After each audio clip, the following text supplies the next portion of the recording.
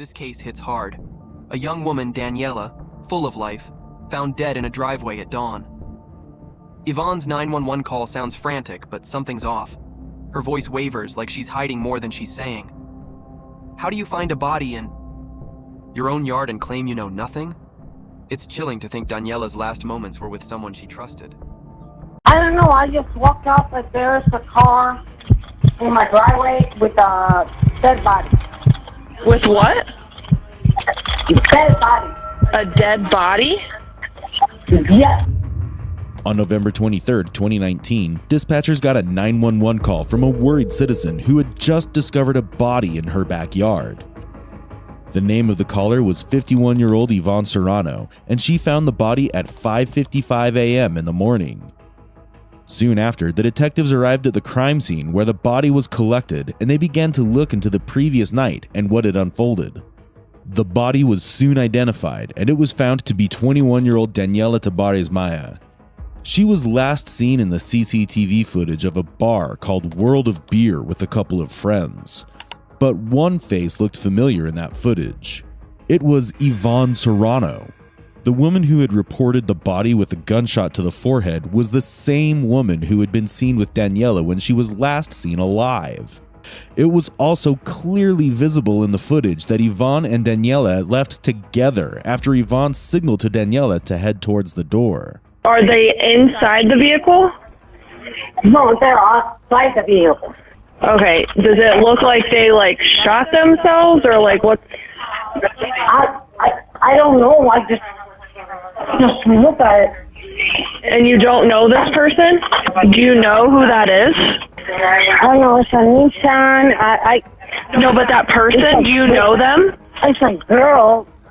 Yeah, do you know that girl? I can tell.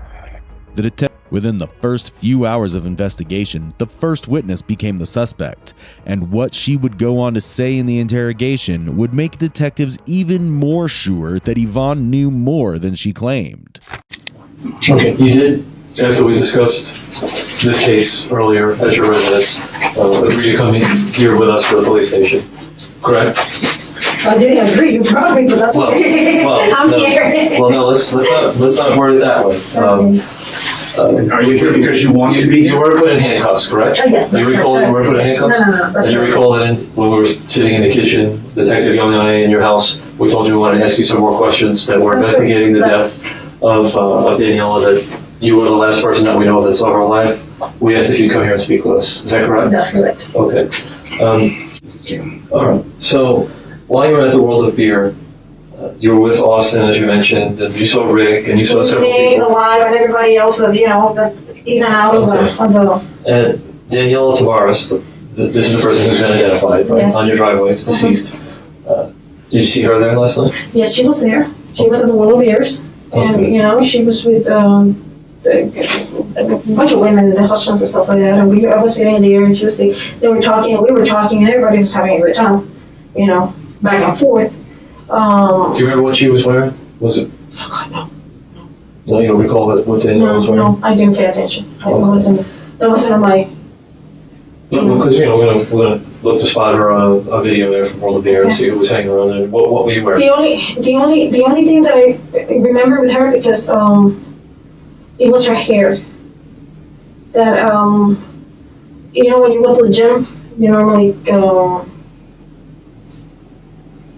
ponytail and stuff like that, so and then she had her hair down, and it's wavy and curly, with big waves, and that's that's something I remember. That's what you remember about her last. Well, the two of you did spend some time speaking with each other. Yes, sir. No. I mean, we were talking on the table, like we were here now talking. Everybody was talking, so it wasn't like one-on-one conversation. But did you speak to her? Oh yeah, I did. Do you remember what about? No, we were making. Oh, actually, I did. We were making fun about another girl that was there. When they were talking, all the women were talking about that, and I was like, we were laughing about the conversation. You were drinking that yes, alcohol? No, beer. Beer. Well, a lot of people say alcohol is like hard. Okay. Now. This might be a good time for me to show you a picture, see if you can identify anybody in it. Oh my goodness. Okay. Do you know who that is?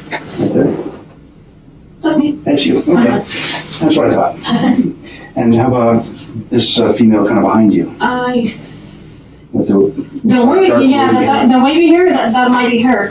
You think that might be Daniela? Uh-huh. Okay. I think. Given the state of the crime scene and Yvonne's reactions, Yvonne's story unravels fast. She was with Daniela at the bar, caught on CCTV, yet she acts like they barely knew each other. That's not just a lie, it's a betrayal. Daniela deserved better than someone pretending to be a friend while dodging the truth. The detectives see right through her, and it's maddening to watch her twist her story. I give me one. I paid for 2. That's 3, and that's not what I paid for. Great. What kind of beer was it? It's called Lux something Kentucky. It's an IPA? No, it's not an IPA. Actually, it's a very smooth beer. An amber ale? It's something like that. Yeah. It's light. It's not dark beer. It's not very strong. 4 or 5%, you know, the alcohol content? I know. I think it was more than that. More than that? Mm-hmm. Okay. What type of person are you when it comes to drinking? I mean, you're a pretty experienced drinker. You drink on a regular basis, or No. are you the type that can't hold her alcohol, so to speak? No, I think that, you know, I can hold my alcohol. You can? Yeah. How often do you drink in a week? Maybe the weekends. I mean, one day or 2. You drink? Yeah, and I have actually stopped because I want to lose weight and I want to lose fat, and I was trying to, get in the process of all that. Okay. Have you ever had an episode from alcohol to where you consumed so much alcohol that you blacked out? Like, maybe once or twice, but that was like months back, years back. Years back. So, since however many years back to now, you've been consuming alcohol kind of regularly, socially on the weekends? Not even socially on the weekends. It's just putting every weekend, that's too much. Maybe, I'm talking about it's very sporadic. It's like one weekend, one day. So last night, you had 3 beers. One person bought a beer for you, and then you purchased 2 on your own. Yeah. So that's not like an unreasonable amount of alcohol to consume for you. That's the thing. I don't want to lie to you. It's like, yes, is it? But I don't, I think that's a lot. Maybe before that is the last thing I after, talking with the NASA, after that, or maybe before that, because I don't know when that picture was taken, I honest to goodness, I don't remember even walking out, getting in the car. I don't remember. From 3 beers, you don't remember shortly thereafter. I don't know if the time from that photograph. Yeah, I don't know if they're shots. I don't know. You don't know if they're what? If there were somebody by shots, or I don't remember. But I mean, the picture of somebody's like I was kind of holding something out in. Or like maybe you were laughing or something. It's hard to tell. Yeah, see, and I don't. Did you drink any shots? No. Well, I don't want to say no, but for what I drink, until I remember, I didn't do shots. I didn't do anything.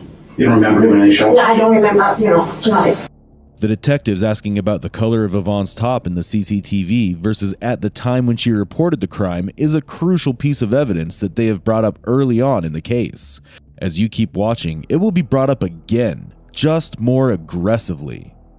Meanwhile, Yvonne claims that she can hold her liquor, but she forgets that it's fun to brag about how much alcohol you can hold until you're a murderer hoping to tell the cops you blacked out because of drinking. From Daniela's phone into Austin. Okay. All right? We know for a fact that Daniela drove you home. Okay. Okay? Okay. Instead, I mean, right? it's obvious she's car is there, and Okay.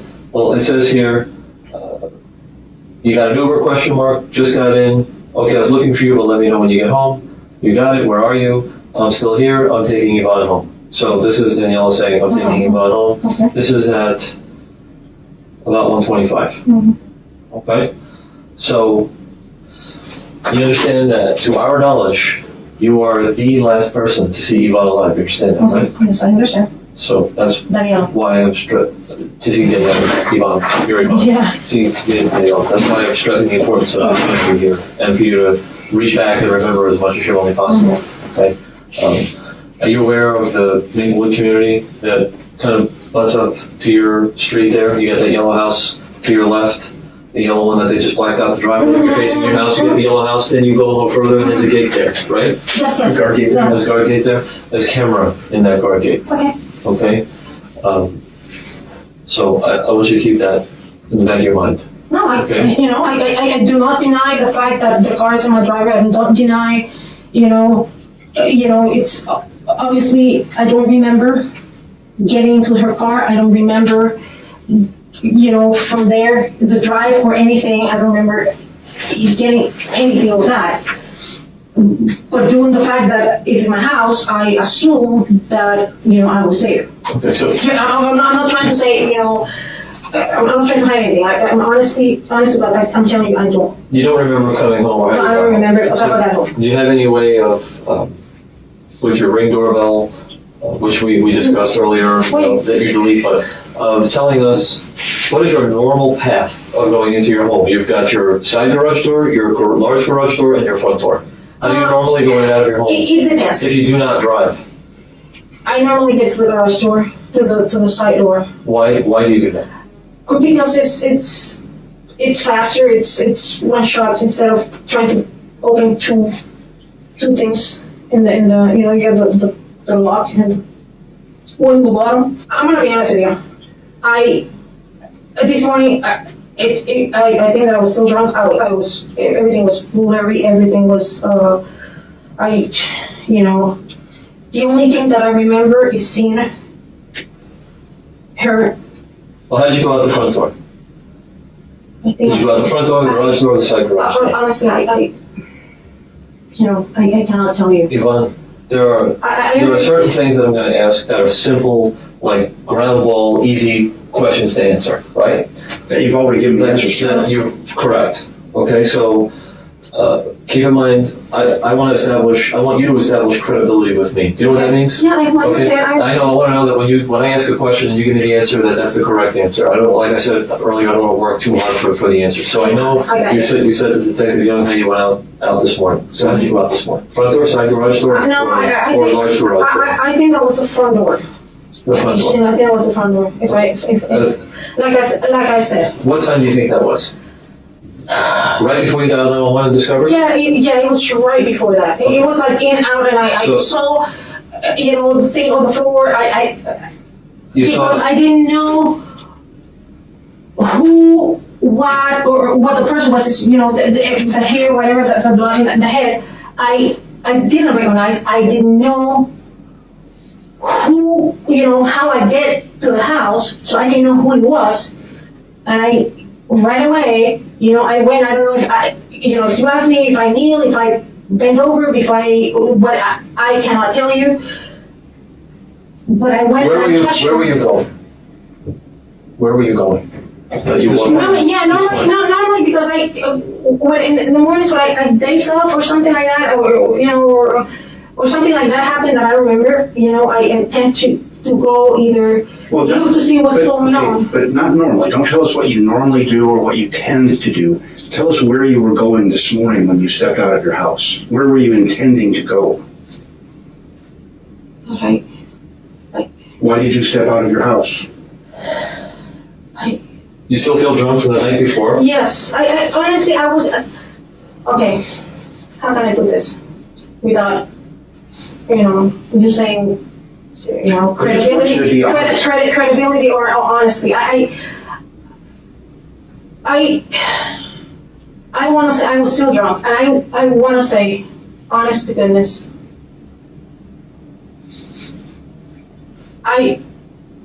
there was two things. Either I walk out of the house, or I walk up in the car, sitting on the passenger seat. Of which car? Of her car. You think you might have awakened on the front seat of her passenger? Yes. Okay. And I was sitting there, and I didn't know how I got there, but I saw the door open, And you know, when you, those small cars, so you look out and you see. So you And I run around and I try to whatever, and then I. So now that's a new memory that you have. Yes, okay. yes. All right. And The pain Daniela's family must feel is unimaginable.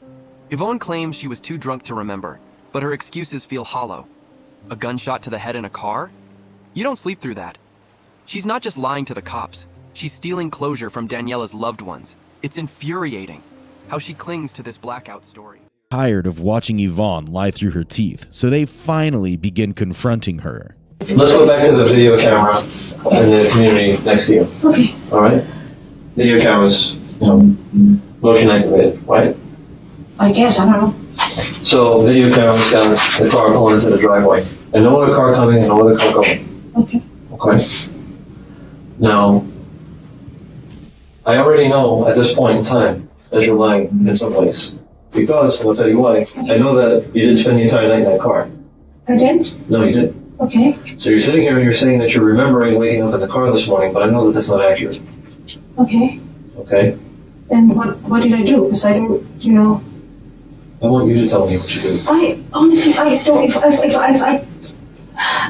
don't. I mean, I cannot make stuff up. I You've don't got remember. 4 children. I do. 2 of them in Afghanistan. Yes. Your worst nightmare is getting a phone call saying that one of them was killed. And I understand. Correct? I understand. Okay. Okay. I understand that. Okay. And I cannot tell you. You know. You said that you know.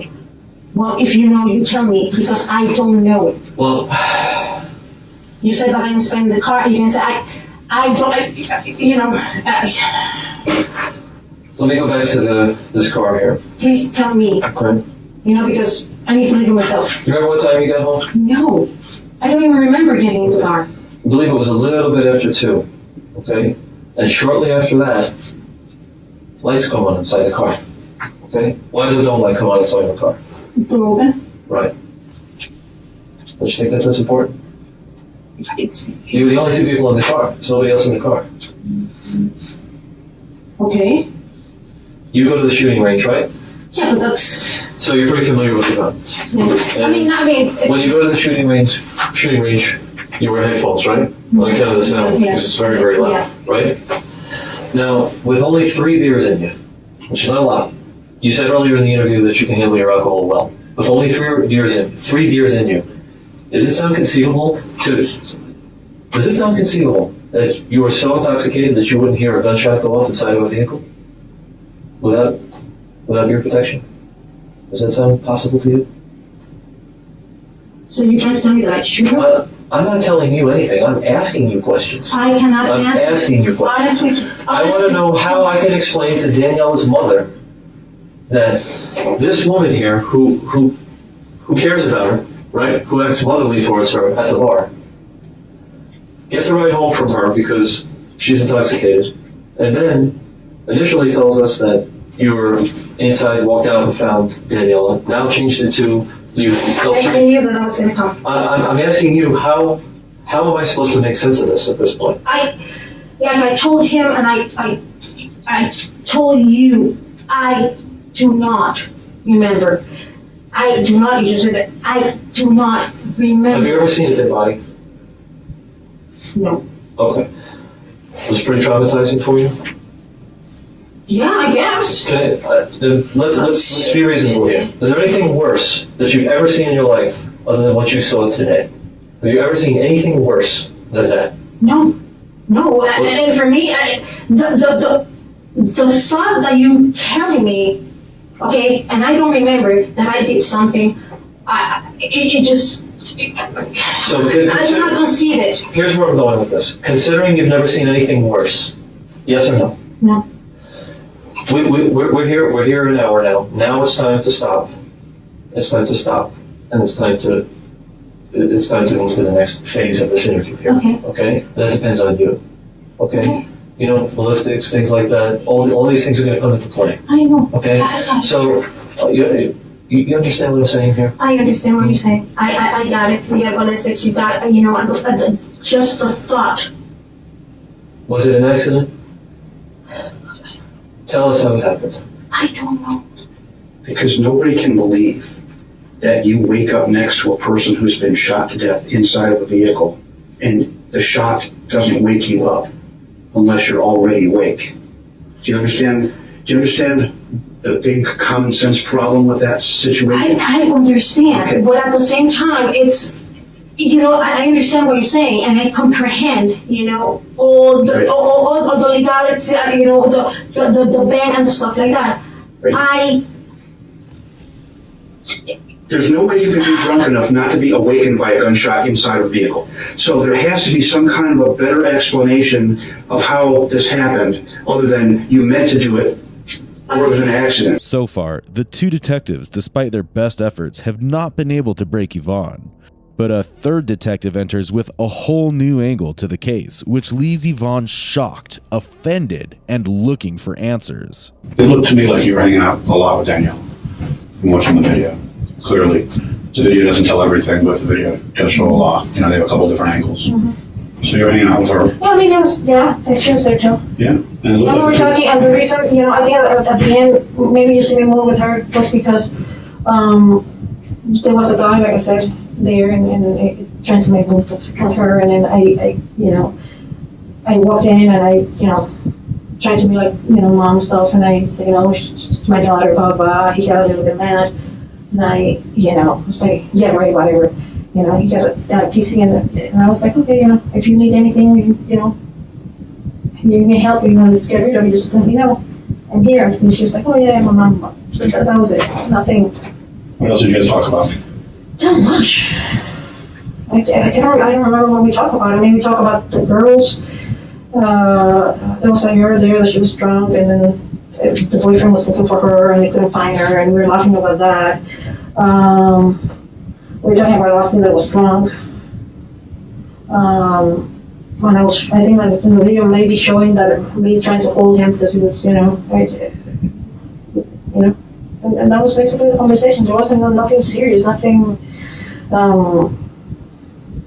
nothing, nothing aggravating, nothing.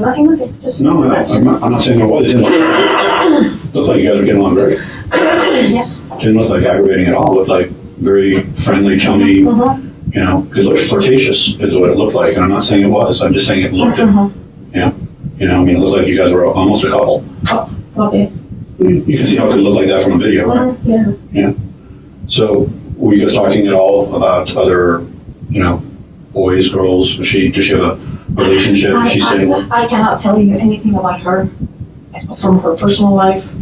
I cannot tell you anything about her. Okay, like I said, I saw her 2 or 3 times maybe at the gym when it was, by. And last night, then we started talking church, with the people and stuff like that. And that's it. I cannot tell you. I don't even know what her last name was. I understand, I comprehend where you guys coming from, but at the same time, I'm being honest. I don't No. Don't say you're being honest. What I'm saying. I don't want you to say you're being honest. Okay. Right? Because you've been consistently not been honest. Okay. So don't say you're being honest. Okay. So the last thing you remember is talking about getting an Uber. Yes, and I was at the bar. Remember holding hands with Danielle? No. Really? You don't remember holding hands, kissing? No. You don't remember anything? No. Making out? No. You're looking at me like I'm crazy. Yeah. But if you can't remember what happened, then why are you looking at me like that would never happen? Because I don't remember, and I wouldn't think that would happen. Why? Why not? You're lonely, she's lonely. Happens all the time. So explain to me why that's so shocking. Well, it's shocking for me because I don't, What? I don't say it that way. Why? Because I don't. I mean, it's just, everybody, somebody likes granolas and somebody likes other things. I mean, that's... Well, what if she's coming on to you? If I like I said, I don't, if I am in my whole, I would say, I don't swing that way, I'm sorry, and that's it. Well, you had a couple drinks, you work out, you're in shape, you're hanging out with her, It's like a date. See, but it wasn't a date. I mean, she went to the movies. We don't even sit together. I didn't see her at the movies. So it's a one-night stand. What? No, you're trying to put like I have a relationship with her or anything. I don't. You don't remember. Well, I don't remember. Right, I mean, you might have. But I don't remember. I mean, you could have been making out the whole night. There's a lot of things like, you can tell me that it happened and I would say, I don't remember, I don't know. Right, but some of it you look at me like I'm crazy, and some of it you look at me with a blank stare. So you remember some stuff. No, I don't remember anything. I mean, I don't remember whatever that you're saying. You don't remember. I don't remember. So what I want to know is, what was the relationship with you and her in the car from the time you left the bar to go to the car? Oh my God, You holding hands? I mean, there's video of it. Well, if the video is there, then I was holding hands. I don't remember. You don't remember. But if it's in the video, it's in the video. I cannot deny. Well, I haven't watched that video yet. We're trying to get it all. I'm interested to see what that video shows. Or were you guys fighting from the bar? No, for what I recall, before, I don't remember. Mm-hmm. It was a pleasant conversation that we were having, with everybody. I mean, it looks very clear to me what happened. Doesn't it look very clear to you what happened? You don't think it's clear? It's clear that she's dead. Oh yeah. Yeah, that's clear, and it's clear that she got shot in the head, right? But you're done. It's clear. So tell me, when you sit next to somebody that shoots somebody in the head, what is that?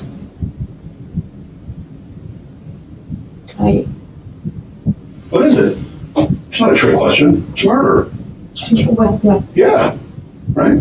So two people come home from a bar together, and one of them gets shot in the head. Tell me, what is that? When the detective suggests Ivonne and Daniela were close, maybe even romantic, you see her panic. She'd rather admit to carrying a gun than face that truth. It's not about shame. It's about control. Yvonne's lies pile up, but the evidence doesn't. Daniela's death feels so senseless, and that's what breaks my heart. This detective truly makes Yvonne nervous. Nervous enough that she will suddenly remember carrying a gun with her, even though she's been denying the same so far. For Yvonne, confessing to an accidental shooting is better than admitting to having a romantic relationship with Daniela. Watch as Yvonne starts recalling the night with a fresh perspective. My timeline, it's completely off of, the evidence that you have. What I remember, like I said, but now you said that it wasn't. Wait, in the car, that I in the car, and I went around and I looked and I called, but that's what I recall. But I don't know at what time and what moment I got out with my purse and walked in and put him where I normally put him. Put him out of the thing and put him in. So walk me through it. Just tell me. I'm not asking you about the timeline right now. I just want you to walk me through it. Because we know things weren't normal this morning. Nothing was normal. You didn't follow your normal routine when you went into the house. It wasn't a normal situation. I walked in, the gun was in my purse, the gun was in a holster. I walked through the door, I think, and I went to the room, and I pulled it out of my purse. I put him there where I, on the chair. And that's... You put the gun on the chair? Yeah, never thought... And also? When I pulled it out of the purse, it was in the holster. Okay. So it never crossed my mind. Is it still in the holster? Yes. Okay. It should be in the holster. Did you take a shower before you called 911? I haven't taken a shower today. Okay, so you went straight to your bedroom first? That's the first place you went? Yeah. And I think you opened up your purse, pulled the gun, pulled the gun up. see if my wallet was there. What were you doing? Why were you looking for your wallet? Because normally when I don't recall, if I don't recall anything, the first thing I look is for my wallet, my purse first, and my wallet to see if it's there or I lost it or what. So taking inventory kind of thing? Not inventory. Just make sure you had it. Yeah. They're just checking to see if If I have my driver's license, if I have my credit cards there, Okay. the money's still there. So then what? What'd you do next? Okay. Was that your first act when you walked in the house? Was to put the gun in the bedroom? No, it was actually, I opened the purse to see it was my money there, and then the gun was there, and I pulled my thing, and I put the other thing where, put my purse, check it out, pull the gun, put them away. 2 things. You went into My your... wallet and the gun. You pulled your wallet out of the purse too? Yeah. Where'd you put that? Now it's sitting on the counter. In the kitchen? Yeah. How did it get there? The patrolman asked you for your ID? Yeah, something like And that. then you went over and got it? Yeah, I went over and I got it. Okay. So you walked in, you went to the master bedroom, you took out your wallet, you took out your gun, then what? I don't even know what the timeline exactly happened. The next thing that you did, what was your next activity? Took my shoes off. Went to pee. Took my shoes off. The shoes that you were wearing, where are they? In the bathroom. The master bathroom? Yeah. Used to say that the crime happened when she was blacked out after drinking too much alcohol. She also confessed to having an alcohol addiction. Because of this, she was placed in a rehabilitation center instead of prison. In March 2022, she was kicked out of there as well after her roommates complained that she would insult and intimidate them. She was rearrested for the same charges again. Serrano was arrested and charged with tampering with physical evidence, including deleting footage from her doorbell camera, and murder in the 2nd degree. She was subsequently taken into custody and transported to Broward County Jail. On June 18, 2024, 56-year-old Ivonne Serrano was found guilty on all charges. On August 12, 2024, she was sentenced to life in prison with a mandatory minimum of 25 years. Ivonne Serrano is finally paying her dues for her crimes towards Daniela Tobar Maya. Her insane and unbelievable lies could not protect her from the much-deserved jail time. But the question remains, why did she kill Daniela? The culprit might have been caught, but the family now has to live with the fact that a loving daughter and sister has died, but they will never know why she had to go like that. Before we go, we would like to take a moment to think of Daniela, who has been dearly remembered by everyone who knew her. She exhibited that compassion and that gratitude and that empathy so much. Justice came for Ivonne, but it can't bring Daniela back. Her family's left with questions. Why did this happen? Daniela was loved, kind, full of compassion. This case leaves a void, a reminder of how fragile life is. Let's honor Daniela by keeping her memory alive. What do you think about this tragedy?